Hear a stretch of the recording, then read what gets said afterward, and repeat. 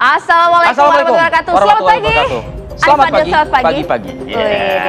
Ingat-ingat ya, ada berita yang tadi tidak mengenakan, bisa dikatakan seperti itu. Ya. Anda yang akan meninggalkan tempat tinggal Anda untuk beraktivitas, harap dicek and recheck lagi, diperiksa-periksa lagi. Betul, semoga kita ya Pak Kabar Indonesia Pagi tidak mengawali informasi dengan selalu berita kebakaran. Kepengennya sih begitu. Kan. Tapi faktanya kan masih banyak terjadi ya di beberapa wilayah gitu. Nah, pastikan juga Anda sebelum meninggalkan rumah, titip ke tetangga kiri kanan. Kalau misalnya terjadi sesuatu kan bisa diinformasikan atau mungkin bisa dicegah lebih awal. Oh, jangan cuma double check, triple check kalau perlu begitu, pastikan satu persatu tuh Vi, ya kan? Nggak ada kemudian colokan yang masih nempel, kompor udah mati belum gitu kan? Pastinya. Ya. Karena kita juga akan hadirkan beberapa informasi lain ini untuk Anda pemirsa yang cukup menarik. Beberapa di antaranya terutama kami hadirkan di Jalur Makassar pemirsa. Ada 6 unit rumah warga di Jalan Kandia 3 di Kota Makassar, Sulawesi Selatan lagi-lagi terbakar saat terjadi bentrok antar kelompok warga di Kecamatan Talo, Kota Makassar. Ini dia, kita simak bersama ya.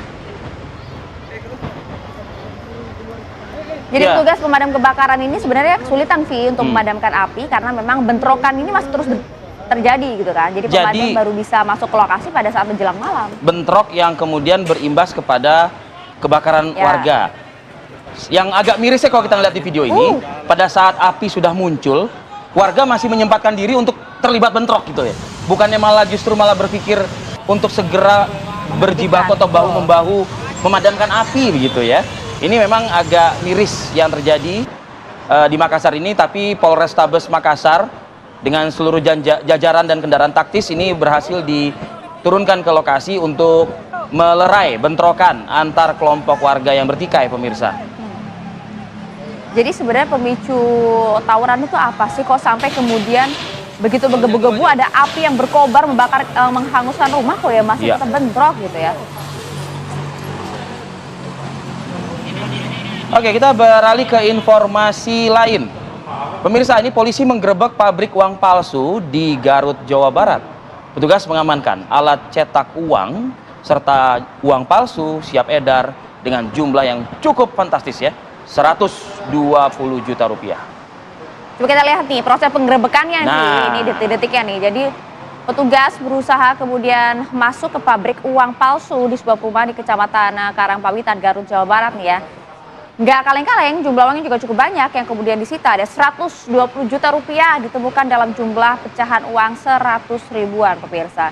Petugas kemudian juga sempat menemukan ini seperti Anda lihat di kaca, ada 2 kardus isinya lembaran uang palsu yang bahkan belum dipotong atau masih setengah jadi dan alat pencetakan uang palsu.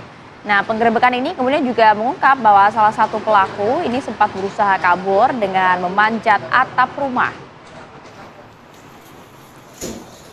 Beruntung polisi kemudian berhasil menangkap bersama dengan 2 pelaku lainnya. Total ada 3 pelaku yang diamankan, peralatannya cukup lengkap gitu ya. Kalau dari jauh sih, kalau dilihat sebenarnya emang kayak gak ada beda dengan asli ya. Tapi sekali lagi kalau kemudian serupa tapi tidak asli begitu.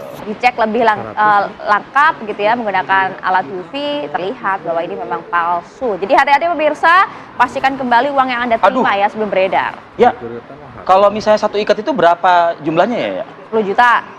1 ikat itu? Masa sih ya? Iya kan 100 lembar. Oh. 100 lembar, Vi. Saya kayak butuh 5 ikat deh. Tapi yang asli ya, tolong dong Vi, jangan tergiur oleh uang palsu ini. Bahaya nih, bahaya. Oke, nih kita sudah berganti informasi ya, Ayah. Polisi akhirnya berhasil membongkar komplotan jaringan jual beli bayi di Kota Medan, Sumatera Utara, di mana penggerebekan dilakukan di sebuah klinik persalinan di Gang Sentosa, Jalan Bromo, Kecamatan Medan, area Kota Medan. Tim juga telah mengamankan seorang bidan yang diduga menjadi penghubung antara penjual dan pembeli bayi. Tidak hanya itu, di lokasi klinik pun diduga kerap menjadi tempat dilakukannya praktek aborsi. Ini padahal kan para bidan kan juga sebenarnya sudah disumpah ya profesi. Ada sumpah profesi. Bagaimana kemudian bisa dengan santainya leluasanya melakukan jual beli bayi di wilayah Medan ini ya, salah satu kota besar juga. Bahkan polisi mendatangi pelaku lain yang juga diduga merupakan ibu kandung salah satu dari bayi tersebut yang diperjualbelikan, Vi. Jadi Polda Sumut bahkan menyampaikan bahwa memang para pelaku ini mendagangkan bayi dengan kisaran harganya 10 hingga 15 juta rupiah. Wow, murah sekali ini kan untuk kemudian menggadaikan nyawa seorang bayi ya, Via. Harus ditindak sih ya. Semoga Praktek ini kemudian kabarnya ya sudah praktek berlangsung ini sejak bisa tahun 2023 ditinggalkan. lalu ya. Dan akhirnya berhasil dibongkar oleh aparat kepolisian.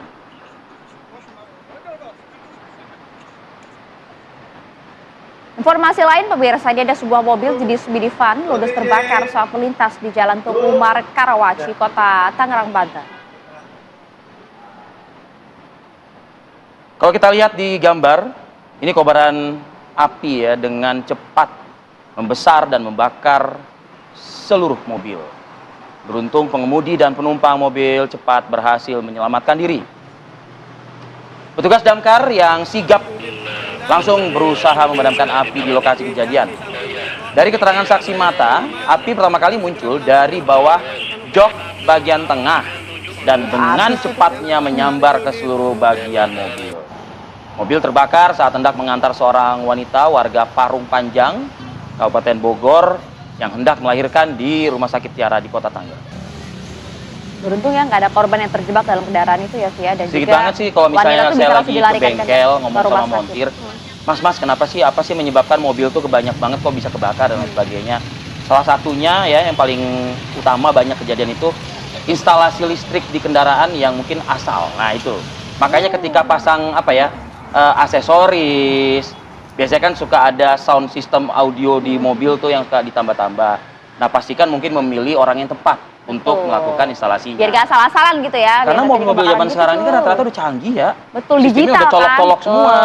Nah itu gitu. dia bahaya. Jadi selain memastikan kondisi kendaraan Anda layak jalan Ya. gitu ya, pastikan juga bagaimana kondisi lalu lintas pada saat Anda berangkat nih. Mobilnya kece, Tuh. suara sudah jedang-jeding, terus pakai tutut wuk-wuk lagi Ah, jangan, nggak boleh.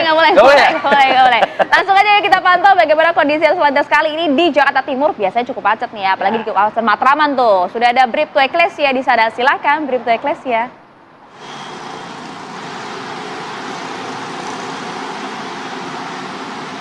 Baik, terima kasih Maria dan juga Arif. Selamat pagi pemirsa, bersama kami dari NTMC Korlantas Polri akan menginformasikan situasi arus lalu lintas langsung dari kawasan Simpang Matraman, Jakarta Timur.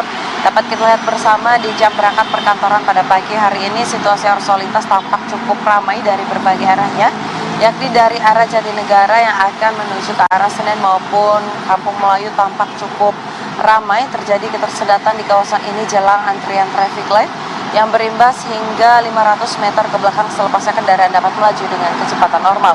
Untuk itu kami berterima kasih kepada seluruh pengendara yang tetap bersabar dan berhenti di belakang garis stop pada saat mengantri jelang traffic light. Selanjutnya dari arah Jatinegara yang akan menuju ke arah Senen ataupun yang akan berbelok ke arah Manggarai juga tampak cukup ramai pada pagi hari ini, dan di kawasan ini terdapat pembangunan LRT Jakarta. Untuk itu terjadinya penyempitan arus jalan di kawasan ini. Kami menghimbau kepada seluruh pengendara, pastikan selalu menjaga jarak aman kendaraan Anda dengan kendaraan lainnya dan selalu menjaga batas maksimal kecepatan kendaraan Anda. Dan tentunya kami terus menghimbau kepada seluruh pengendara untuk kembali mengecek kondisi fisik Anda dan fisik kendaraan Anda dalam keadaan prima agar tetap menjaganya kelancaran arus lalu lintas di jalan. Dan juga Anda tidak perlu khawatir pemirsa, dikarenakan di kawasan ini sudah terdapatnya petugas kami yang akan membantu kelancaran arus lalu lintas pada jam berangkat perkantoran dan juga dimulainya aktivitas masyarakat pada pagi hari ini. Dan berdasarkan data YRSMS Korlantas Polri, angka kecelakaan lalu lintas di seluruh Indonesia per 1 kali 24 jam terjadi 180 kasus laka lantas yang mengakibatkan 13 orang meninggal dunia, 14 orang luka berat dan 124 orang luka ringan. Dan dari kasus laka lantas tersebut 74% terjadi karena kecerobohan pengemudi. Untuk itu kami mengimbau kepada seluruh pengendara, pastikan selalu mematuhi rambu lalu lintas yang berlaku dan mengikuti arahan serta petunjuk petugas kami di lapangan.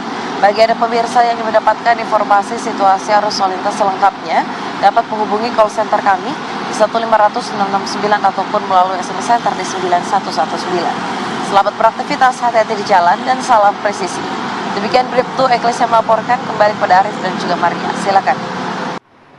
Anda masih bersama kami di Apa Kabar Indonesia Pagi, pemirsa. Mantan Ibu Negara Sinta Nuriyah Abdurrahman Wahid bersama sejumlah tokoh nasional menjenguk sejumlah aktivis yang ditahan di rumah tahanan Polda Metro Jaya.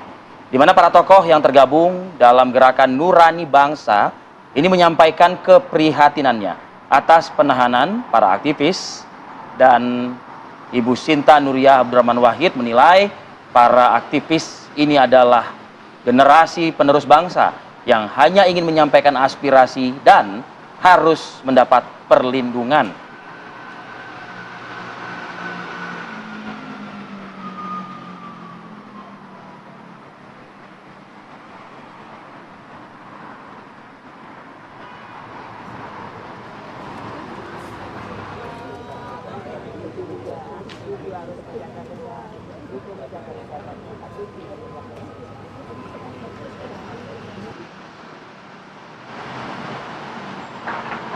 Kejaksaan Tinggi Bengkulu pemirsa menyita uang senilai 103,3 miliar rupiah dari perkara korupsi tambang yang telah menyeret total 12 orang tersangka.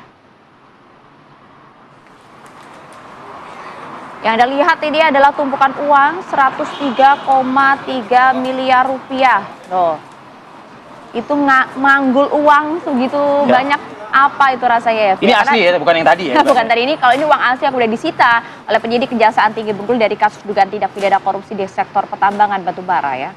Uang ini dipamerkan sebagai bukti keseriusan penegak hukum dalam mengungkap kasus besar yang menyeret 12 orang tersangka.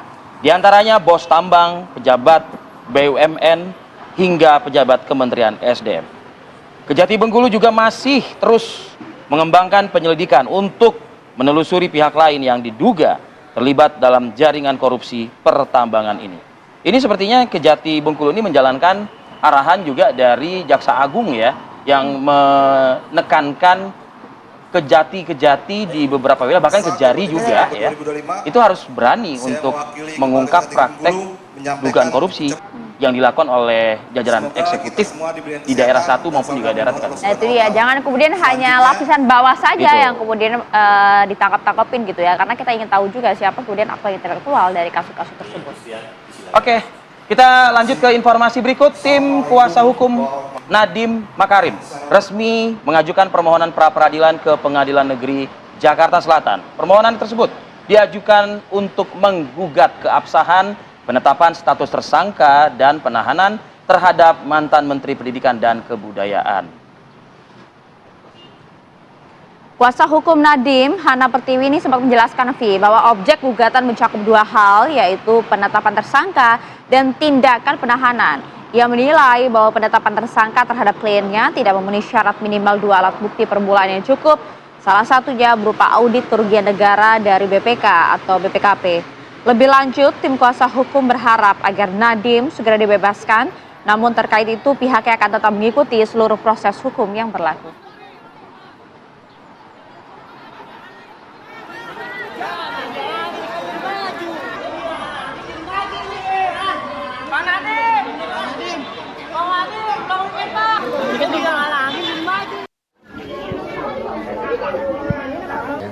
Seorang ibu rumah tangga tewas diduga dibunuh oleh suaminya sendiri, pemirsa, di dalam rumahnya di kawasan Kedoya Selatan, Kebonjeruk, Jakarta Barat.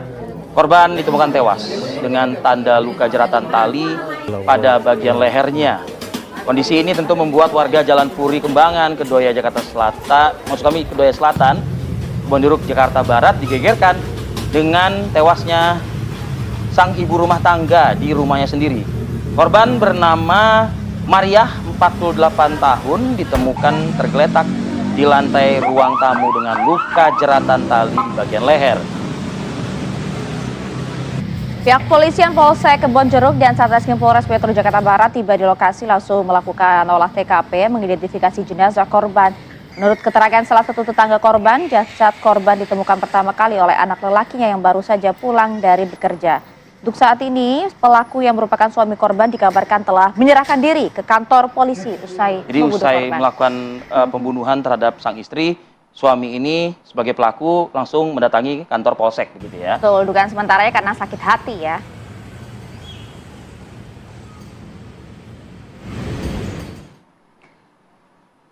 Tapi kita coba ya untuk dalami hal ini, sudah tersambung bersama kami ada Kapolsek Kebonjeruk, ada Kompol Nur Aksa Ferdianto. Selamat pagi Pak Kapolsek. Selamat pagi Pak Kapolsek. Selamat pagi Mas Arief dan Mbak Maria.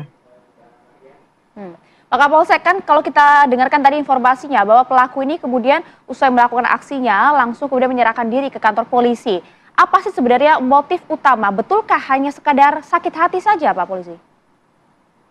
Ya baik, Mas Arief dan Mbak Maria, boleh kami jelaskan memang bahwa pada kemarin ya, tanggal 23 September pukul 10, itu terjadi kasus pembunuhan ya di wilayah Kedoya Selatan, Kebonjeruk, Jakarta Barat.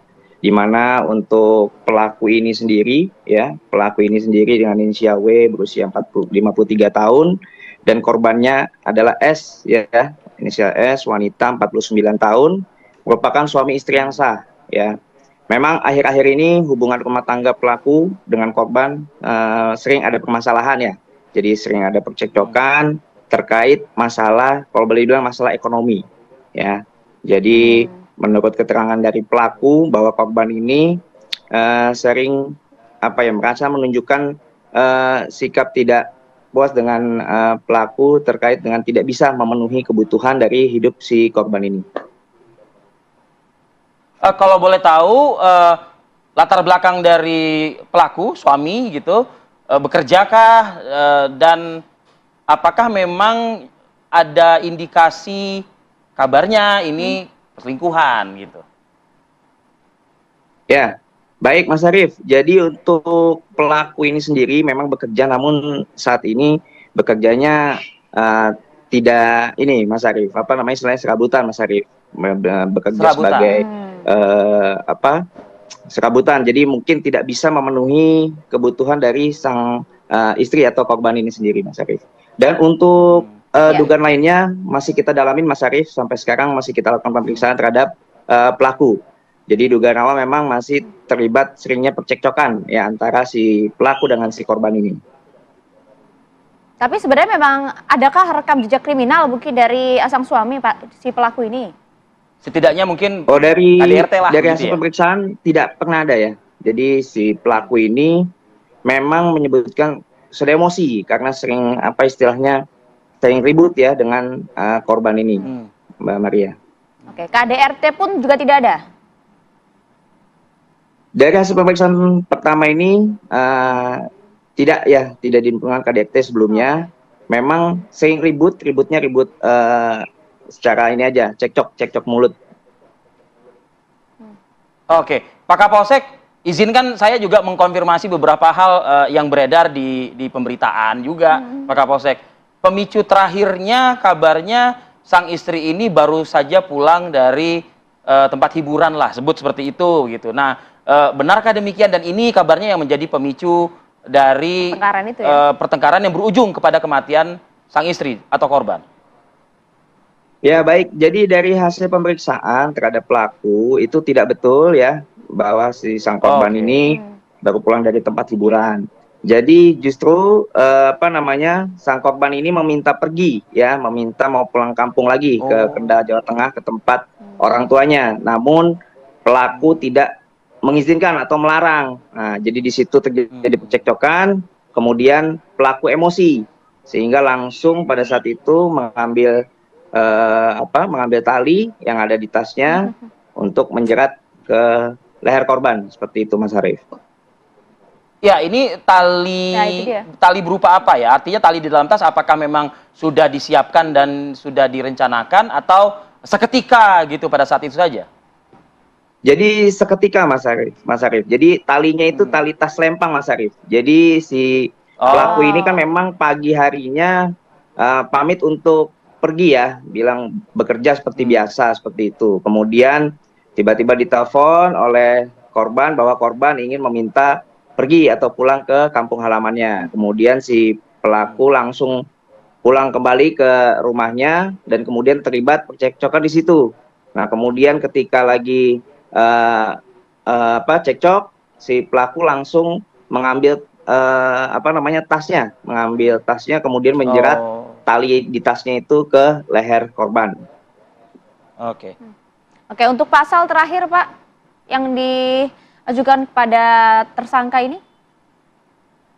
Oke, untuk pelaku kita kenakan pasal 338 KUHP ya, yaitu tentang pembunuhan dengan ancaman pidananya paling lama 15 tahun, Mbak Maria. Oke, baik. Komisaris Polisi Nur Akso Ferdianto, Kapolsek Metro Kebonjeruk, Jakarta Barat. Terima kasih waktunya pagi ini. Terima kasih Pak Kapolsek. Kami sita aktivitasnya untuk menjelaskan kepada publik. Terima kasih sudah ada pelurusan informasi juga ya. Jadi indikasi dari ya latar belakang perselingkuhan atau percintaan Sudah dibantah tadi ya, berdasarkan keterangan atau pengakuan dari tersangka yang sementara ini masih tahap awal diselidiki oleh penyidik. It is indeed a great honor for me to stand in this August General Assembly Hall among leaders and representatives who represent almost all of humanity. We differ in race, religion, and nationality, yet we gather together today as one human family. We are here first and foremost as fellow human beings, each created equal, endowed with unalienable rights to life, liberty, and the pursuit of happiness. The words of the United Nations Declaration of Independence have inspired democratic movements across continents, including the French Revolution, the Russian Revolution, the Mexican Revolution, the Chinese Revolution, and Indonesia's own struggle and journey to freedom. It also gave birth to the Universal Declaration of Human Rights, adopted by the United Nations in 1948. All men are created equal was the creed that opened the way to unprecedented global prosperity and dignity. And yet, in our own era of scientific and technological triumphs, an era capable of ending hunger, poverty, and environmental ruin, we also continue to face today grave dangers, challenges, and uncertainties. Human folly, fueled by fear, racism, hatred, oppression, and apartheid, threatens our common future. My country knows this pain. For centuries, Indonesians lived under colonial domination, oppression, and slavery. We were treated less than dogs in our own homeland. We Indonesians know what it means to be denied justice and what it means to live in apartheid, to live in poverty, and to be denied equal opportunity. We also knew what solidarity can do in our struggle for independence, in our fight to overcome hunger, disease, and poverty. The United Nations stood with Indonesia and gave us vital assistance. Decisions are made here based on human solidarity by the Security Council, and this assembly gave Indonesia independence, international legitimacy, opened doors, and supported our early development through the efforts of the United Nations Children Fund, the United Nations Food and Agriculture Organization, the FAO, the World Health Organization, and many, many other United Nations institutions. And because of that, Indonesia today stands on the cusp of shared prosperity and greater equality and dignity. Madam President, Excellencies, our world today is driven by conflict, injustice, and deepening uncertainty. Every day we witness suffering, genocide, and blatant disregard for international law and human decency. In the face of these challenges, we must not give up. As the United Nations Secretary General said, we cannot give up. We cannot surrender our hopes or our ideals. We must draw closer, not drift apart. Together we must strive to achieve our hopes, our dreams. The United Nations was born from the ashes of the Second World War that claimed scores of millions of lives. It was created to secure peace, security, justice, and freedom for all. We remain committed to internationalism, to multilateralism, and to every effort that strengthens this great institution. Today, Indonesia is nearer than ever before to meeting the sustainable development goals of ending extreme poverty and hunger. Because years ago, this very chamber chose to listen and uphold social and economic justice. We will never forget. And today, we must never be silent while Palestinians are denied that same justice and legitimacy in this very hall. Excellencies, Thucydides warned, the strong do what they can, the weak suffer what they must. We must reject this doctrine. The United Nations exist to reject this doctrine. We must stand for all, the strong and the weak. Might cannot be right. Right must be right. Indonesia today is one of the largest contributors to United Peacekeeping Forces. We believe in the United Nations. We will continue to serve where peace needs guardians, not with just words, but with boots on the ground. If and when the United Nations Security Council and this great assembly decide Indonesia is prepared to deploy 20,000 or even more of our sons and daughters to help secure peace in Gaza or elsewhere, in Ukraine, in Sudan, in Libya, everywhere when the peace needs to be enforced, peace needs to be guarded, we are ready. We will take our share of the burden, not only with our sons and daughters, we are also willing to contribute financially to support the great mission to achieve peace by the United Nations. Madam President, Excellencies, I propose to this Assembly a message of hope and optimism, grounded in action and execution. Today, we heard the speech of Madam President, the President of the United Nations General Assembly. Yes, it is true what she said. Without the International Civil Aviation Organization, will we be here today? Will we sit in this great hall? Without the United Nations, we cannot be safe. No country can feel secure. We need the United Nations, and Indonesia will continue to support the United Nations. Even though we still struggle, but we know the world needs a strong United Nations. The world's population is growing. Our planet is under strain. Food, energy, and water insecurity haunt many nations. We choose to answer these challenges directly at home and to help abroad wherever we can.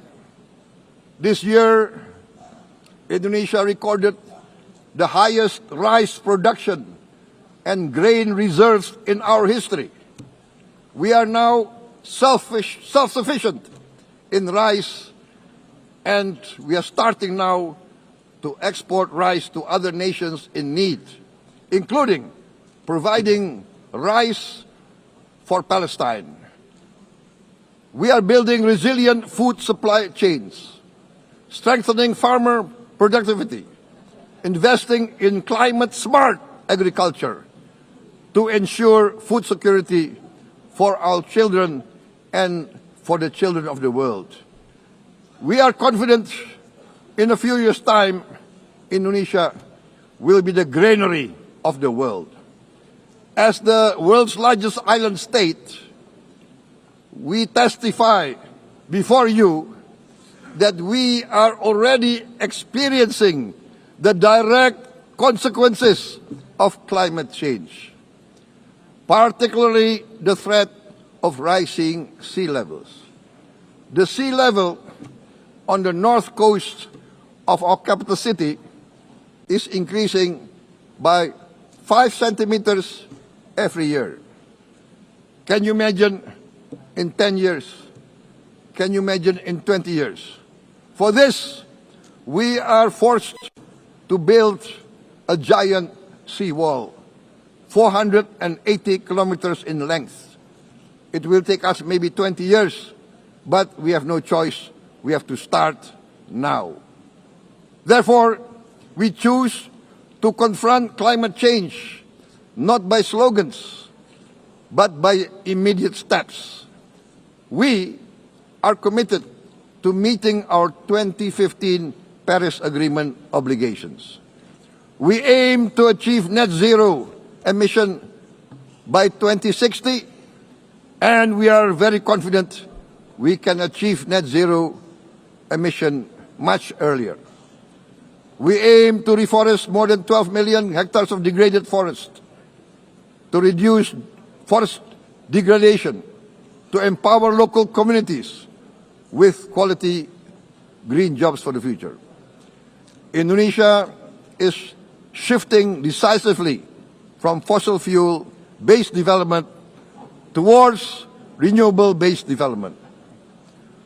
From next year, most of our additional power generation capacity will come from renewables. Our goal is clear: to lift all of our citizens out of poverty and make Indonesia a hub for solutions to food, energy, and water security. Madam President, Excellencies, we live in a time when hatred and violence can seem to be the loudest voices. But beneath this loud noise lies a quieter truth, that every person longs to be safe, to be respected, to be loved, and to leave a better world to their children. Our children are watching.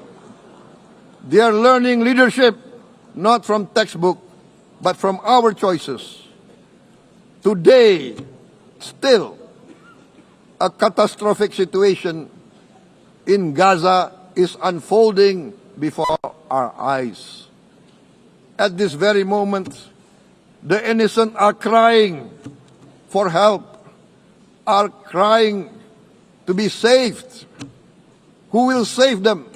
Who will save the innocent?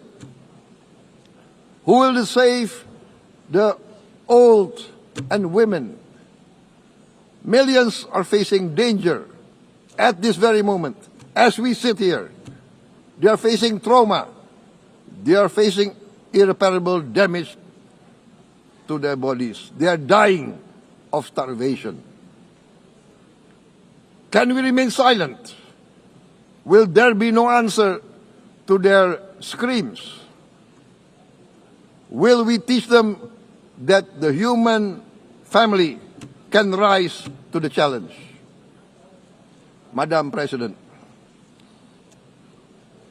we must act now. Many speakers said that. We must stand for a multilateral order where peace, prosperity, and progress are not the privilege of a few, but the right of all.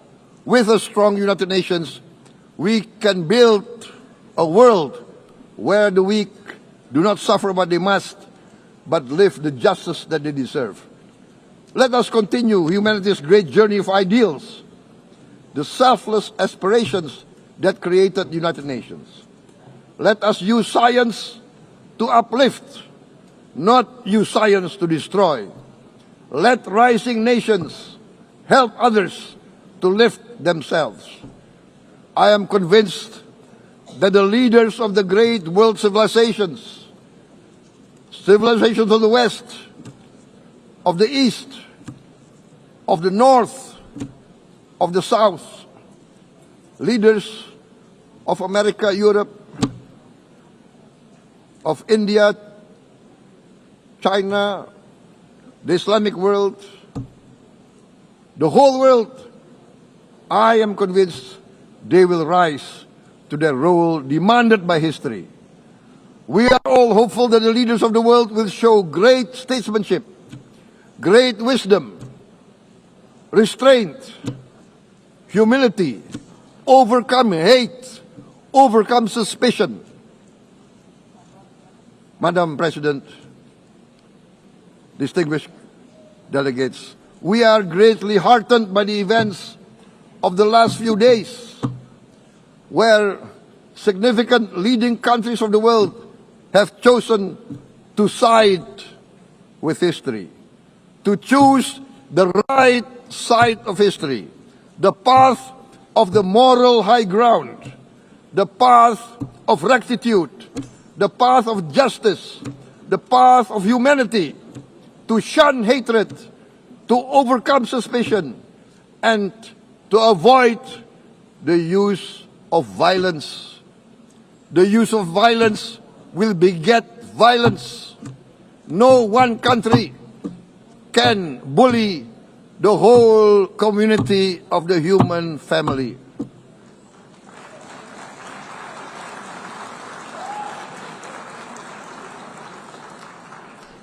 We may be weak individually, but the sense of oppression, the sense of injustice has proven in the history of mankind that this sense of injustice, this sense of oppression will unite into a strong force that will overcome this oppression, that will overcome this injustice. To close, I would like to reiterate again Indonesia's complete support for the two-state solution in Palestine. We must have an independent Palestine, but we must also recognize, we must also respect, and we must also guarantee the safety and security of Israel. Only then we can have real peace, and no longer hate and no longer suspicion. The only solution is this two-state solution. Two descendants of Abraham must live in reconciliation, peace, and harmony. Arabs, Jews, Muslims, Christians, Hindus, Buddhists, all religions, we must live as one human family. Indonesia is committed to being part of making this vision a reality. Is this a dream? Maybe, but this is the beautiful dream that we must work together towards. Let us work towards this noble goal. Let us continue humanity's journey of hope, a journey started by our forefathers, a journey that we must complete. Thank you. Wassalamualaikum warahmatullahi wabarakatuh. It is indeed. Wow. Waalaikumsalam. Waalaikumsalam. Jawab dulu ya. Dijawab dulu bener. Jangan mentang-mentang Waalaikumsalam Pak warahmatullahi Prabowo wabarakatuh, lagi di Presiden. New York terus kita nggak jawab gitu loh. Iya kan? Tapi ngeri sih. Menggebu-gebu berapi-api ya. Saya mencatat sih ya, tapi Ya. dua poin yang mungkin bisa saya sampaikan. Ayah juga mungkin ada catatan juga. Pak Prabowo menyinggung soal pentingnya persatuan umat manusia Betul. sedunia yang saat ini berkumpul di arena Perserikatan Bangsa-Bangsa.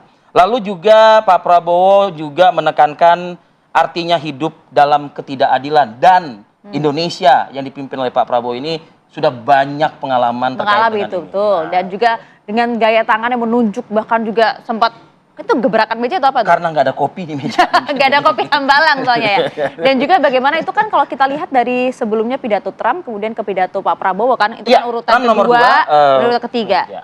Kelihatan ya bagaimana kemudian perbedaan narasi yang dibangun oleh Presiden Prabowo. Ini itu kita kan. mungkin kalau kita ilmu kita kan cocokologi ya. Kalau narasumber kita kan beda. Cocokologi kita ke urutan 2 ketiga sepertinya Pak Prabowo itu sudah menangkap apa yang disampaikan oleh Presiden Trump yang kemudian di counternya dalam langsung pidatonya dia serangan itu. gitu Itu ya. cocokologi, tapi kalau narasumber lain soalnya. Langsung lah kalau gitu kita hadirkan Pak Karya nih kan kalau kita kan omong-omong aja ini kan ya.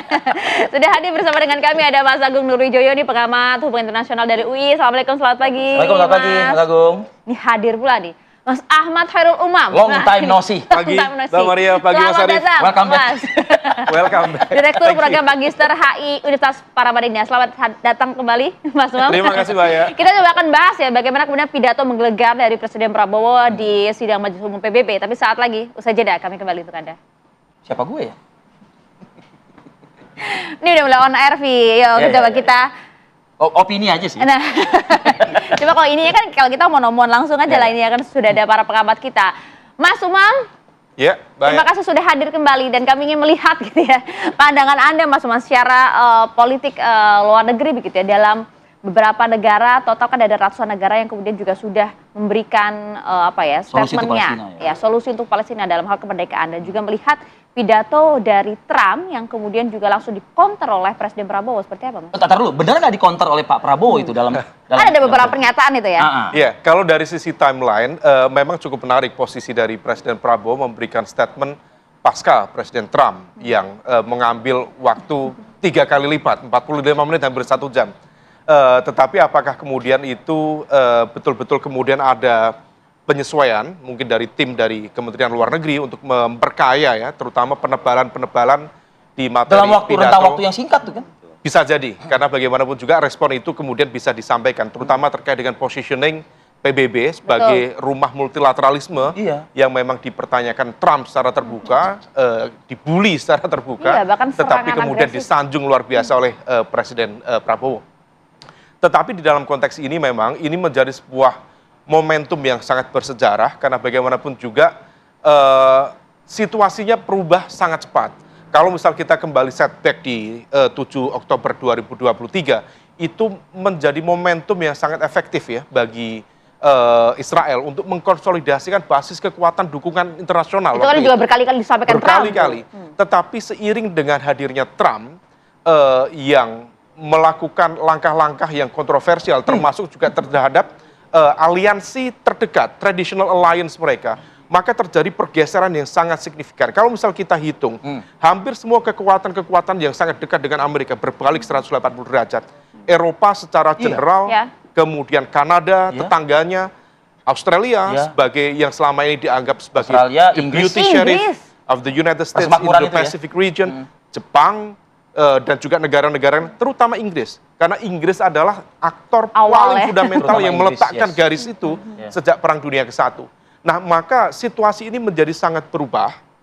Yang bisa dilakukan adalah bagaimana memanfaatkan momentum itu untuk kemudian betul-betul mampu menghadirkan two-state solution. Meskipun nanti perdebatannya sangat panjang pasca itu. Apalagi di kita ya, di tanah air ya. Di tanah air. Tetapi sebagai langkah awal, ini menjadi hal yang sangat penting. Ya. Dan apa yang disampaikan oleh Presiden Prabowo di pidato pertama, pidato kedua kemarin, dia menggunakan logika, kalau misal dalam bahasanya Mbak Aya itu mafhum mukhalafah.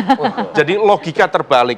Jadi tidak secara straight to the point dengan cara pandang politik luar negeri bebas aktif, bebas dalam konteks tidak kemudian berdiri pada satu blok tertentu, memberikan dukungan secara terbuka, clear, straightforward kepada Palestina, tetapi menggunakan logika terbalik. Kalau Israel memberikan dukungan Iya. setara, Iya. memberikan proteksi dan juga mengakui kedaulatan atau sovereignty dari Diakui. Palestina, maka kemudian Indonesia akan mengakui Israel. Bahkan menjamin keamanan Menjamin Israel. keamanan. Betul. Bagi sebagian pihak itu berpotensi disalahpahami. Ya. Tetapi dalam konteks two-state solution, itu adalah prinsip dasar yang harus dijalankan sebagai bagian dari konsekuensi yang berimbang. Ya. Nah, maka yang bisa dilakukan ke depan, saya juga apresiasi satu poin yang disampaikan oleh Presiden Prabowo, mencoba untuk melangkah lebih jauh, terutama terkait dengan post-conflict governance, post-war governance.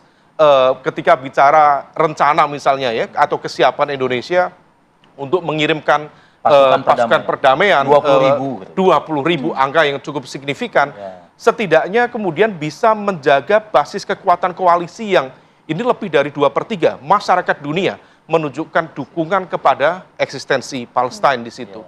Nah, yang bisa dilakukan betul-betul mengawal ini di dalam proses, terutama bukan hanya UNGA, karena UNGA itu sifatnya politically strong tetapi tidak legally binding. Nanti ketika kemudian dibawa ke UNSC, United Nations Security Council, dinamikanya bisa berubah.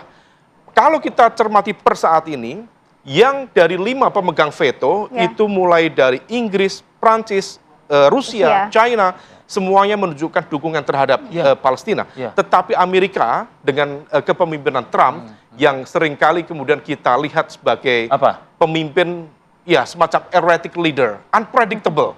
Sikapnya itu betul-betul ada sisi-sisi narsistik juga. Nah, itu yang kemudian menjadi titik krusial yang harus diantisipasi. Nah, maka saya mencermati ada satu statement yang cukup unik itu dari Presiden Brazil, Lula da Silva, ketika dia menggarisbawahi ada satu simpul yang salah satunya barangkali juga bisa didekati, yaitu kekuatan tertinggi Katolik Roma, Vatikan. Karena bagaimanapun juga Paus saat ini, Paus Leo ke-14 itu berasal dari Amerika Serikat, dari Illinois. Kalau misal kemudian jaringan kekuatan Vatikan, yang kita tahu juga Trump sendiri adalah seorang Katolik yang taat, maka kemudian bisa melakukan proses diplomasi secara personal, melakukan meyakinkan lingkar dekat dari Presiden Trump. Kita berharap ada miracle di sana. Karena kalau misal kemudian tidak dilakukan multi-track diplomasi, kita agak khawatir. Berbagai resolusi PBB itu berkali-kali mentok dan kemudian tidak berjalan di lapangan. Dan itu sudah terjadi berkali-kali. Itu yang saya mau geser ke Mas Agung, Mas. Bayangan publik di tanah air mungkin sama seperti saya. Loh, kok main langsung aja sama seperti saya ya gitu kan. Saya berpikir gini, hasil apa dari PBB ini? Kalau ternyata mayoritas negara yang berkumpul di PBB ini kan menginginkan kedaulatan terhadap negara Palestina, seperti itu. Nah, kan juga sudah ada kisi-kisi yang harus dilakukan dalam jangka waktu dekat. Misalnya penegasan wilayah, lalu pengiriman pasukan untuk transformasi negara, kan seperti itu. Akankah seperti ini ending dari PBB yang berlangsung 2 hari ini gitu? Tentu itu harapan yang terlalu terburu-buru ya kalau kita menganggap bahwa endingnya akan seperti itu. Tapi poinnya adalah memang bahwa hasil yang kemudian dicapai nanti pada sidang umum PBB ini sebenarnya adalah sesuatu hal yang memang secara jelas kekuatan politiknya kuat. Itu satu. Tapi konsepnya kan rekomendasi gitu. Betul, rekomendasi. Nah, yang kedua, ini menunjukkan juga posisi negara ada di mana. Negara ada di mana sih posisinya hari ini? Indonesia ada di mana? Amerika ada di mana? Dan segala macamnya. Termasuk juga kan sebelumnya diawali dengan kalau kemudian tadi kita lihat resolusi-resolusi yang kemudian disepakati dan segala macam tersebut, itu sebelumnya adalah sebelumnya ada deklarasi New York misalkan. Deklarasi New York itu kan kita nggak bisa melihat itu dilihat dalam satu bentuk paket utuh, Mas, gitu ya. Paket utuh dalam konteks misalkan batas dan segala macamnya, penolakan terhadap perluasan pemukiman Israel. Artinya itu sesuatu hal yang ini dorongan dunia, ya. Itu sudah terlihat sebenarnya. Dengan kemudian fenomena ada sekitar 76% ya dari keseluruhan anggota PBB yang sudah mengakui kedaulatan Palestina. Bersikap ya. Betul. Nah, problem besarnya adalah what next after recognition. Nah, yang kemudian harus dipikirkan dalam konteks hubungan internasional, mengkonversi pengakuan itu dalam bentuk power. Siapa yang melakukan? Negara yang kemudian punya sikap tersebut. Oke, tapi bisa 70 sekian persen itu? Saya pikir ruangnya ada. Contoh, saya mengambil contoh. Misalkan Inggris sudah mengakui Palestina, oke ya. Nah, kemudian akhirnya secara politik bagus, ya kan? Poin-poin yang kemudian yang diinginkan oleh Inggris jelas, ya kan? Bahkan Inggris 1 bulan yang lalu sebenarnya ada MOU dengan Palestine Authority, menyepakati batas 1967, menolak perluasan pemukiman, ibu kota Yerusalem Timur dan segala macamnya. Artinya Inggris sudah menyepakati itu semua? Betul, secara politik posisinya seperti ini, batas-batasnya seperti ini. Cuma problemnya adalah pengakuan itu kan kemudian tidak serta-merta menghentikan genosida, ethnic cleansing yang dilakukan oleh Israel. Secara politik Nah, berarti harus ada tekanan yang jauh lebih kuat. Contoh, yang kemudian sampai sekarang masih terbatas dilakukan oleh Inggris adalah misalkan dalam konteks Inggris itu pemasok lisensi militer, ya, kerjasama militer dengan Israel. Total ada 250 lisensi militer yang diberikan Inggris terhadap Israel. Dalam beberapa waktu terakhir Inggris sudah memotong 30 saja. Tapi 220-nya masih sisa Masih nih. jalan, Gitu. iya. Masih jalan. Artinya kan pengakuan itu buat Israel mungkin sekedar gigitan nyamuk gitu ya, belum berasa apa-apa. Meskipun kalau misalnya dihapus total kan nggak mungkin juga kan berdampak kepada ekonomi Inggris juga. Betul, kan, betul. Kan? Nah, perubahan-perubahan yang dilakukan dan kemudian misalkan dalam konteks lain Eropa itu ternyata kalau kemudian saya hitung ada sekitar 28 sampai 33% kerjasama Israel itu paling besar terhadap Uni Eropa. Yang kedua baru Amerika Serikat, yang ketiga baru kepada Cina. Ya, itu paling besar Uni Eropa. Berarti kan ada Uni Eropa sekarang kemudian merubah sikapnya negara-negara Eropa. Saya pikir alasannya banyak ya. Ada perihal normatif power, perihal masalah memang mereka sudah muak dengan kemudian apa yang dilakukan Genosida. Israel, ya kan nilai berarti kan. Yang kedua mungkin saya melihat bahwa ada dorongan publik domestik juga yang begitu masif, demo-demo dan segala macam. Bahkan kalau Di internal negara masing-masing. betul, bahkan kalau lihat beberapa survei-survei itu kan luar biasa. Data-datanya YouGov itu menunjukkan misalkan di Inggris saja dalam konteks pengakuan terhadap Palestina, 44% publik Inggris setuju terhadap pengakuan terhadap Palestina. Hanya 18% yang menolak. Terus kemudian ada data lain YouGov menunjukkan di Denmark dan di Italia hanya 6-12% yang menyatakan bahwa serangan Israel terhadap Gaza itu legitimate. Artinya sisanya minor. Beda gitu Ya, kan. artinya yang mayoritasnya tentu ini. Betul. Nah, fenomena-fenomena ini kemudian mau terlihat. Dan yang ketiga sebenarnya juga kan alasan ini bagaimanapun kan perang itu event utamanya memang di Gaza. Event utamanya. Tapi venue-nya tuh banyak. Gitu. Efek dari perang ini kan ke Iran versus Israel, Qatar juga. yang kemudian kalau Iran versus Israel nanti efeknya ke Selat Hormuz, bicara tentang Houthi, kemudian dia bicara Laut Merah yang itu mempengaruhi 12% jalur multiplayer efek ya. Betul. Jadi eventnya tuh banyak. Artinya kan Eropa juga kemudian ketar-ketir juga nih. Gitu, urusan global supply chain dan segala macam. Ya seperti halnya kita Rusia Ukraine lah. Perangnya di Rusia Ukraine tapi semua karena ini mengganggu gandum, misalkan contoh dan minyak dan segala macam. Kena juga gitu. Energi kena juga semuanya. Artinya multiplier efeknya ada gitu loh. Jadi ini kemudian fenomena yang saya rasa perubahan itu ada dan kemudian ini akhirnya akan mendorong ya harusnya sikap tadi ya, sikap yang jauh lebih konkret terkonversi dalam power tertentu dan itu yang kemudian yang bisa mendorong Israel untuk kemudian berubah sikap. Nah, tapi juga menjadi satu hal penting sebenarnya ketika bicara masalah PBB, mekanisme-mekanisme itu mereka punya semuanya. Mekanisme untuk penghentian perang, pencegahan perang dan segala macam, ya kan? Dari peacekeeping operation dan segala macam, peacemaking, peace building dan segala macam. Skema itu ada. Bahkan kalau kemudian kita bilang bahwa misalkan ada yang namanya R2P, Responsibility to Protect. Tapi mekanisme itu memang harus mendapatkan afirmasi di Dewan Keamanan Nah, itu dia. PBB. Lagi-lagi nanti veto lagi. Kalau di veto lagi Nah, makanya problemnya adalah ketika memang yang anomali ya, ketika kita membandingkan antara pidatonya Trump dengan pidatonya Pak Prabowo, tadi malam. Trump itu entry point-nya adalah dalam keyakinan bahwa dia tidak percaya dengan PBB. Ya kan, makanya kan ada Kalau Anda tidak percaya PBB, ya Anda nggak usah veto nanti. Begitu sampai maksudnya. kemudian ada pertanyaan kan, Trump memberikan pertanyaan gini, what's the purpose of UN? Gitu kan. Nah, padahal itu di rumahnya UN sendiri. Itu dia kan ibaratnya bertamu tapi memberikan serangan agresif terhadap pemilik rumah gitu. Nah, berbeda dengan kemudian gayanya Pak Prabowo. Pak Prabowo entry point-nya adalah saya percaya dengan multilateralisme. Saya percaya dengan PBB. I believe with UN. Meskipun tidak ada poin bicara masalah reformasi Dewan Keamanan PBB-nya ya. Tapi itu mungkin nanti persoalan berikutnya. Karena memang prinsipnya Pak Prabowo kan memang sangat masih walaupun tidak diutarakan secara gamblang, tapi semangatnya adalah 1,000 friend to view, one enemy to many, gitu kan. Makanya kan semua kan gayanya beda. Ya kan kalau Trump itu semua akan ditembak kan, menyerang Cina, menyerang negara-negara yang lain. Trump menggunakan politik pukul, Prabowo menggunakan politik rangkul. Betul, berarti Prabowo sedang mendefinisikan bebas aktif versi Prabowo. Seperti itu. Kalau misalnya Pak Donald Trump ya, Pak Donald Trump, cenderung mungkin menegatifkan fungsi PBB, ya angkat kaki aja PBB dari New York gitu ya. Mungkin kita cari tempat yang lain kalau Nah, itu dia dia. nggak butuh lagi. Oke, kalau kemudian nanti endingnya tetap akan ada hak veto yang dikeluarkan oleh Amerika, ada Ya. nggak sih kemudian sistem di PBB yang kemudian bisa memberikan action yang lebih kuat dengan mengumpulkan segala power dari sejumlah negara yang kemudian sudah memberikan kedaulatan terhadap Palestina, ratusan kan jumlahnya. Dijawab nanti ya Mas. Saat lagi kami kembali untuk Anda. Ya pemirsa, Anda kembali di Apa Kabar Indonesia Pagi. Kita masih membahas apa kira-kira kemudian yang bisa dihasilkan dari sidang Majelis Umum PBB kali ini, dengan kemudian kita lihat kan memang kan posisi dari sejumlah negara kan memang sudah berubah ya Mas dibandingkan dengan sebelumnya. Kalau sebelumnya memang resolusi PBB kemudian diabaikan begitu saja oleh Israel, tapi saat ini kan ada kekuatan ya dari beberapa negara tersebut gitu. Kita juga ingin lihat bagaimana respon dari warga negara Indonesia yang berada di Amerika gitu Di kan New sih, York, di Amerika New York Serikat. Amerika Serikat terkait dengan pidato Presiden Prabowo. Sudah tersambung bersama kami ada Mas Haris Fauzan. Selamat pagi Mas Haris. Mas Haris, Waktu selamat pagi. Indonesia. Waktu Indonesia ya. Selamat pagi waktu Indonesia, selamat malam waktu New York. Oke Mas Haris, pertanyaan pertama.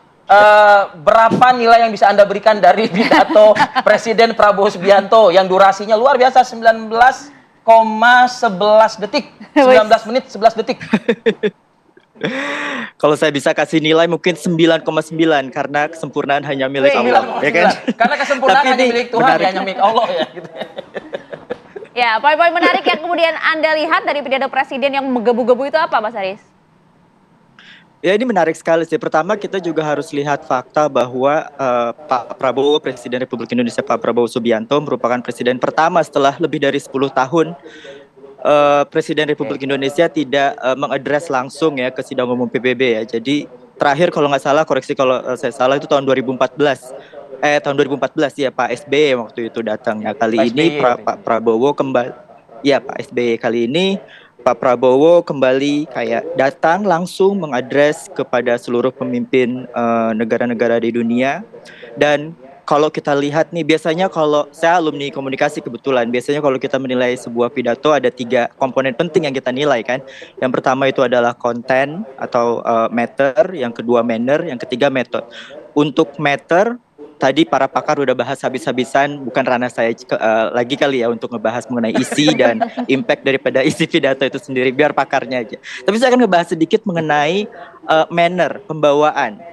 Ya, pembawaan, cara penyampaian Pak Prabowo dalam menyampaikannya. Ada, kalau kita ngelihat tadi udah dibahas juga bahwa lumayan emosional. Jadi pidato yang bagus itu sebenarnya nggak hanya pidato yang terstruktur, rasional, tapi juga penuh emosi. Karena kita bisa melihat bahwa orang yang menyampaikan pidato itu bersungguh-sungguh, dia serius. Dia menaruh tidak hanya logika, tapi juga emosi ke dalam pidato ini. Dan saya ngelihat jelas. Saya sebagai diaspora dari Indonesia, yang saat ini sedang reside di New York City, ngerasa bangga ya punya Bapak Presiden seperti Pak Prabowo yang menyampaikan pidatonya dengan menggebu-gebu dan juga tidak mengabaikan dari kontennya yang mana tadi udah disampaikan. Banyak sekali isinya yang luar biasa bagus dan perlu dikritisi juga, tapi sekali lagi bukan ranah saya mungkin. Kita juga melihat bahwa dari facial expression, ya. Kalau misalnya tadi Anda sudah menyinggung sedikit soal Prabowo Subianto, presiden kita. Nah, persis kan setelah sebelum Prabowo ini kan Presiden Trump juga menyampaikan dengan durasi yang panjang. Boleh dong juga Anda menilai lah ya. Nah itu dia, secara emosi dan ekspresi gitu kan. Well, kita semua tahu ya, Trump just being Trump ya.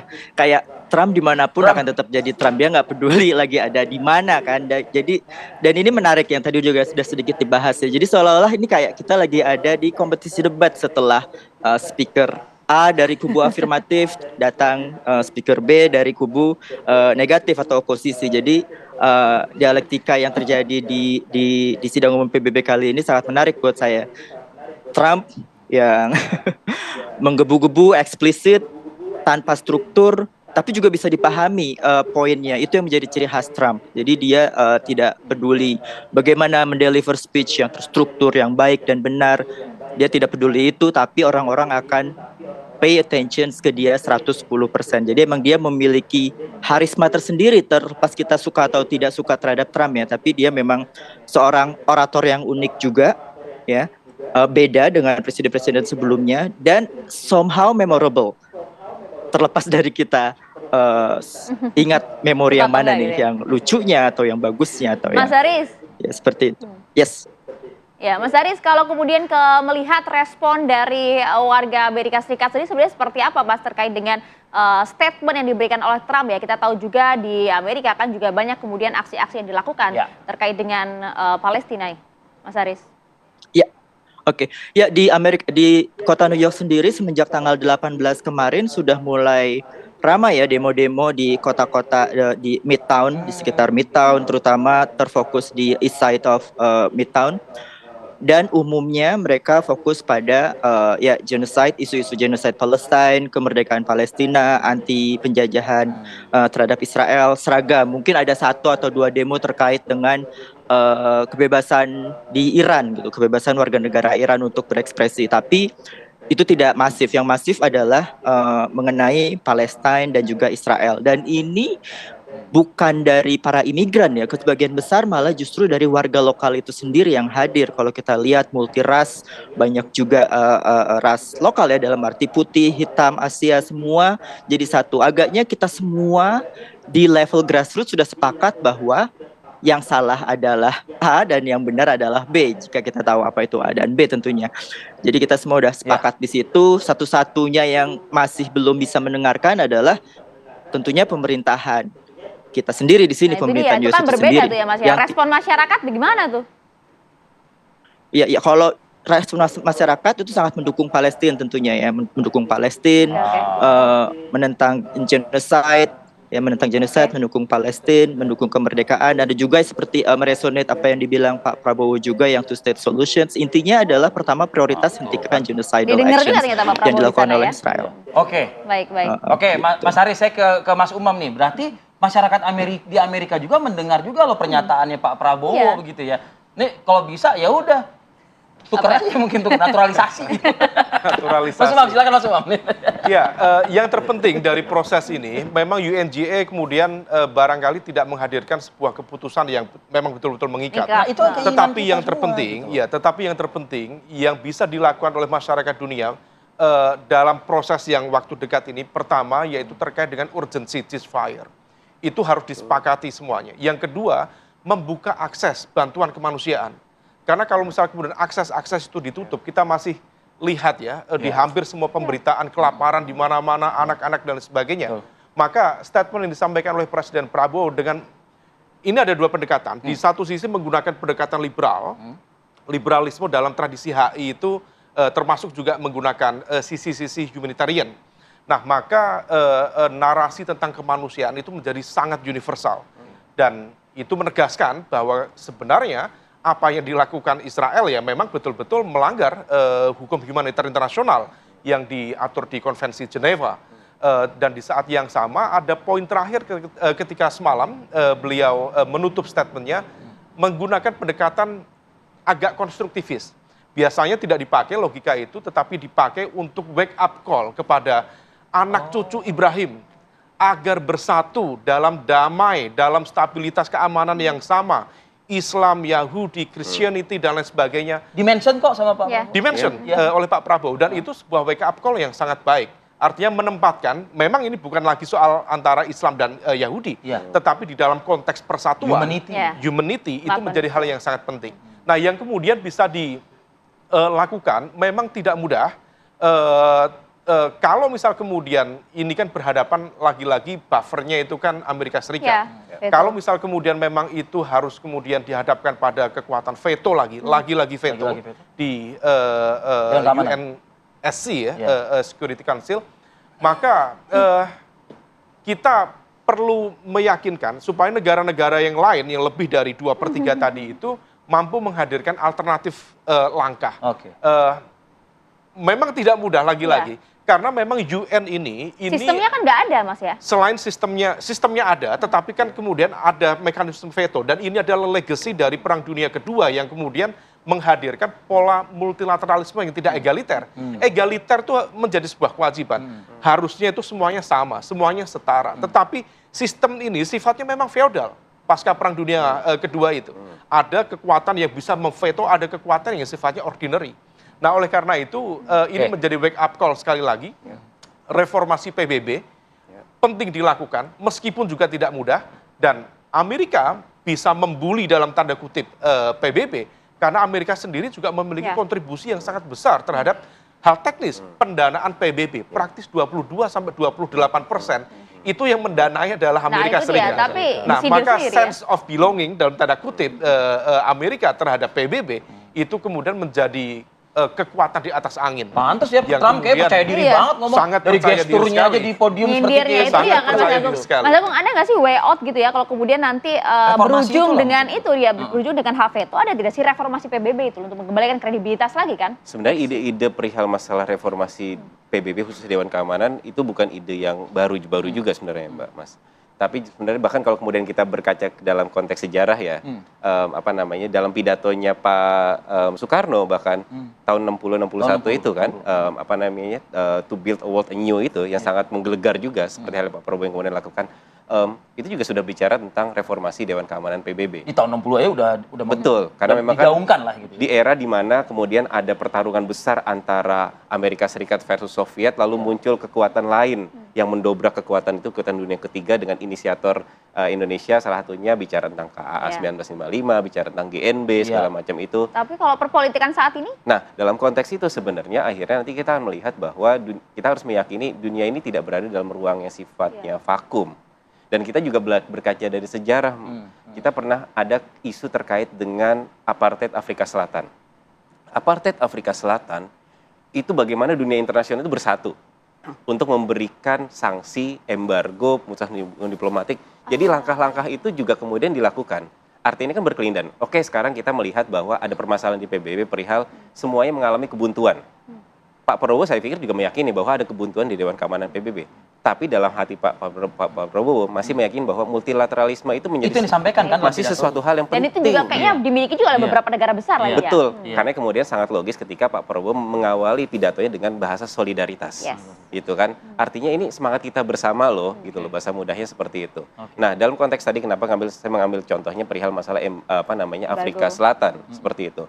Nah, waktu itu memang Dewan Keamanan PBB bergerak, bedanya resolusi kemudian dihasilkan. Jadi mungkin kita memberikan dampak ekonomi itu Mas betul, pada Israel. tapi di luar itu juga ada bentuk tekanan yang jauh lebih kuat, sanksi, embargo, bahkan sampai kepada asal negara-negaranya kan kompak kan. Itu dia, bersatu, mau. Riak-riak itu sudah terlihat. Saya melihat ada global realignment dalam 2 tahun terakhir pasca perang di masa-masa perang Gaza. Di 1 tahun pertama tidak ada negara yang kemudian akhirnya stop normalisasi dengan Israel.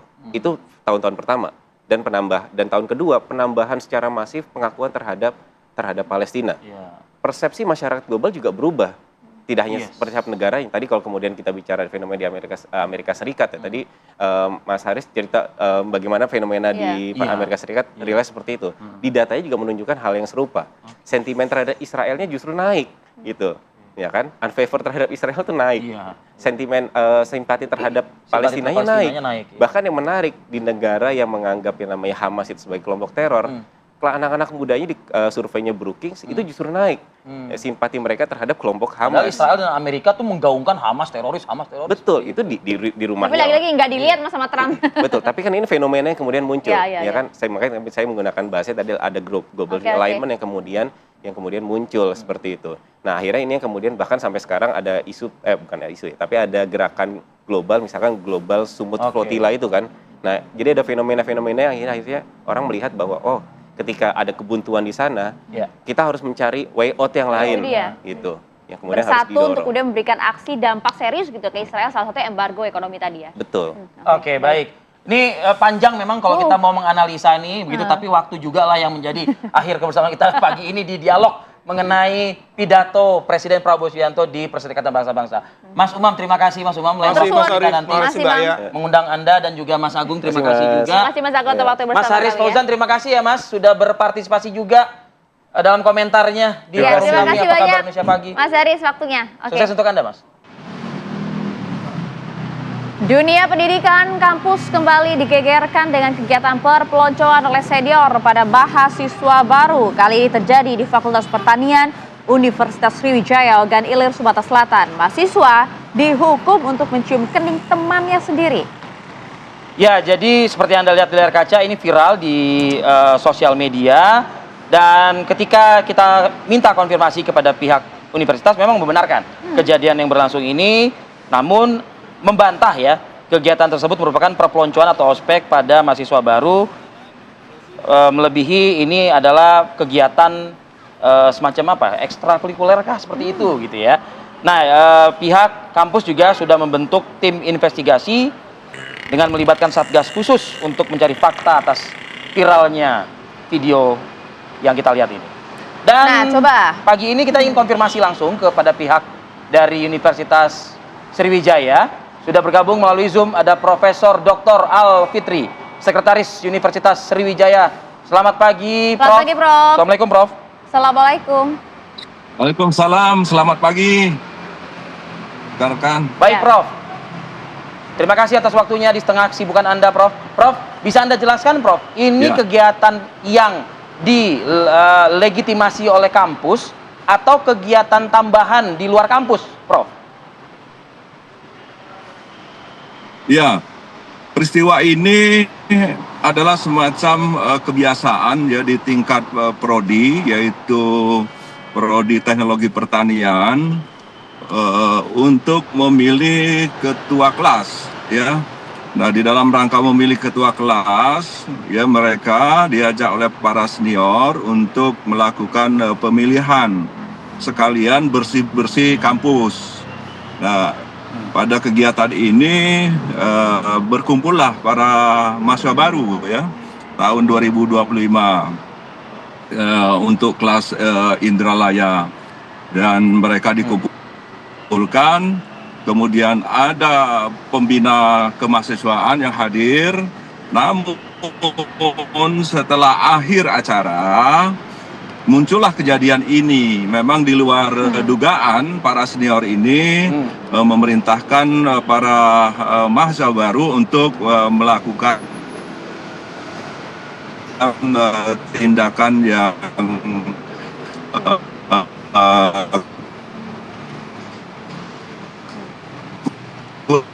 Prof? Prof. Al Fitri, kami kesulitan mendengar suara Anda dengan jelas, Prof. Halo, Oke, Prof. nampaknya mengalami gangguan komunikasi. Kita coba Kalau kita lihat memang hubungkan Prof sedang dalam kembali. perjalanan ya sepertinya. Betul sekali. Karena tadi sudah disampaikan, berarti kan ini memang adalah kegiatan yang memang rutin dilakukan Ya. sebenarnya, dan juga memang di bawah kewenangan kampus kan. Artinya begini, kalau lihat di lokasinya kan lokasi di kampus. Betul. Nah, ketika mungkin berujung dan ditutup tadi kalau pernyataan Prof. Al Fitri dengan kegiatan yang juga kita terkejut, katanya kan begitu. Kenapa tidak dicegah dari awal ya gitu oleh pihak kampus? Kan itu kan ada pihak-pihak kampus juga di situ kan. Itu dia. Prof. Al Fitri sudah tersambung lagi bersama dengan kami, Prof. Ya. Oke, nampaknya memang gangguan sinyal karena masih berada di perjalanan ya, Dalam Via. Tapi perjalanan, itu ya. dia. Yang disayangkan adalah ini kan di area kampus. Banyak juga kemudian pihak-pihak kampus yang ada di lokasi. Mengapa ini tidak bisa dicegah dari sebelumnya? Masih ada emang zaman perpeloncoan seperti ini gitu. Tuh. Banyak sih sebetulnya pertanyaan yang ingin kita sampaikan, tapi sayang sekali sambungan kita terkendala ya oleh jaringan dengan Prof. Al Fitri selaku Sekretaris Universitas Sriwijaya, Palembang, Sumatera Selatan. Ya, Anda kembali di Apa Kabar Indonesia Pagi, pemirsa. Ini sudah 2 hari bentrokan antar warga terjadi di Kecamatan Talo, Kota Makassar, Sulawesi Selatan. Bentrok ini, Vi, membuat seorang warga kemudian harus terkena anak panah yang bahkan menancap di bagian lehernya. Jelas sekali videonya. Ya, ini viral ya di sosial media. Tampak ini, tapi kalau kita lihat kayaknya orang yang tertancap anak panah ini kayak masih segar bugar aja ya gitu ya. Tapi itu sakitnya luar biasa. Itu kan loh, Vi. masih tertusuk tuh kan. Betul. Iya Dan kan? juga kan itu kan dia gemetar gitu kan, tiba-tiba Ya. lagi asik-asik makan, Vi. Betul. Dia ketancap itu anak Dasar lah panah. gitu mungkin Ya, kali ya. ya. Oke, nah ini penanganannya yang dilakukan di rumah sakit terhadap korban. Ini penting kita beritakan karena apa ya?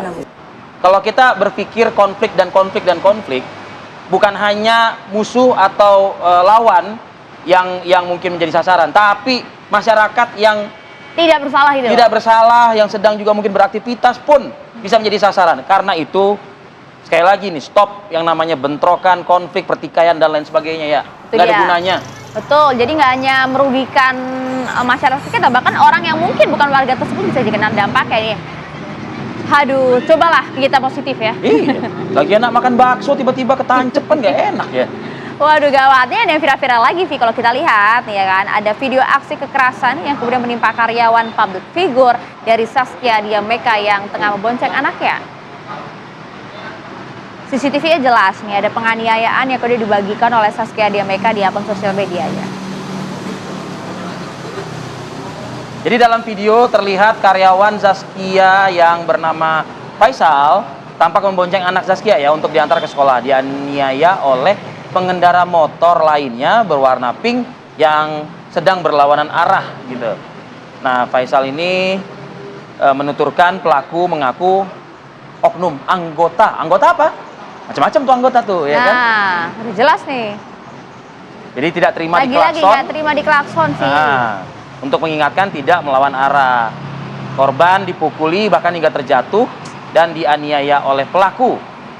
Kasusnya ditangani oleh Polda Metro Jaya saat ini. Karena ada video, ada bukti video yang kemudian juga cukup jelas kan sebenarnya kan. Apalagi kemudian juga ini di-upload di media sosial atau juga menyita perhatian publik. Ini harus ada yang jelas nih ya, harus ada ketegasan nih sebenarnya oknum petugas apa dan juga kemudian harus ada tindak lanjut dari kasus ini ya. Oke, Ayah. Berikutnya juga ada berita viral ya. Nih, jujur aja, jujur sih. Apa sih? Makanan kesukaan saya juga. Cilok. Aci dicolok.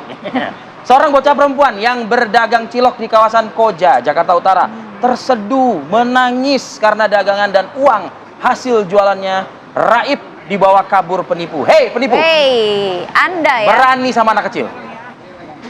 Bisa-bisa ini ada bocah perempuan, Vi, mukanya masih polos sekali gitu ya. Ini Kasihan namanya loh. Malika yang merupakan anak yang putus sekolah lantaran faktor ekonomi, kemudian mengais rezeki dengan berdagang cilok, tapi kemudian dirinya menangis gitu ya karena itu tadi. Ditipu katanya begitu ya. Jadi dagangan dan hasil jualan cilok sebesar Rp60.000 dibawa kabur seorang penipu yang merupakan wanita. Dari penuturan Malika namanya ya. Ini pelaku meminta 8 bungkus cilok dengan harga sekitar Rp40.000 totalnya ya. Nah, wanita ini juga menanyakan uang hasil jualan korban lalu meminjamnya sebesar Rp60.000 yang akan diganti oleh suaminya yang disebut posisinya tidak berada jauh dari lokasi ya. Nah, setelah menunggu cukup lama, suami pelaku tak kunjung datang untuk memberikan uang tersebut begitu. Nah, karena curiga lah ya, akhirnya Malika sadar bahwa oh dia sudah ditipu nih. Tapi ini sebenarnya bagian dari apa hipnotis gak sih? Kayaknya sih iya ya mungkin ya, tapi kok tega sih anak kecil yang lagi membantu ekonomi keluarga. Ya. Padahal kan anak kecil itu kan bukan berdagang kewajibannya, sekolah. Tapi karena kedesakan ekonomi dan keadaan, dia harus membantu keluarganya. Nah, si penipu nggak mikir sejauh itu ya? Itu enggak dia bagaimana kemudian harus mendapatkan uang itu ya. Coba nih sekarang saya viral ya. Gimana itu ya? Apakah mengetuk hati Ya. seorang wanita? Oke, kita coba akan geser ke informasi lain. Ini ada viral juga. Kalau ini bikin pusing gak cuma satu orang, tapi ini bikin pusing seantero Jabodetabek gitu kan. Waduh. Kita coba akan memantau yang viral dalam kurun waktu 1-2 hari terakhir. Lokasinya di Jalan Sutoyo di Cawang, Jakarta Timur. Ini kabarnya sudah ditertibkan oleh pemerintah. Parkir yang memakan badan jalan. Selain proyek-proyek tadi ya. Coba kita tanyakan ke Hafsah Safira yang berada di lokasi. Silakan, Hafsah.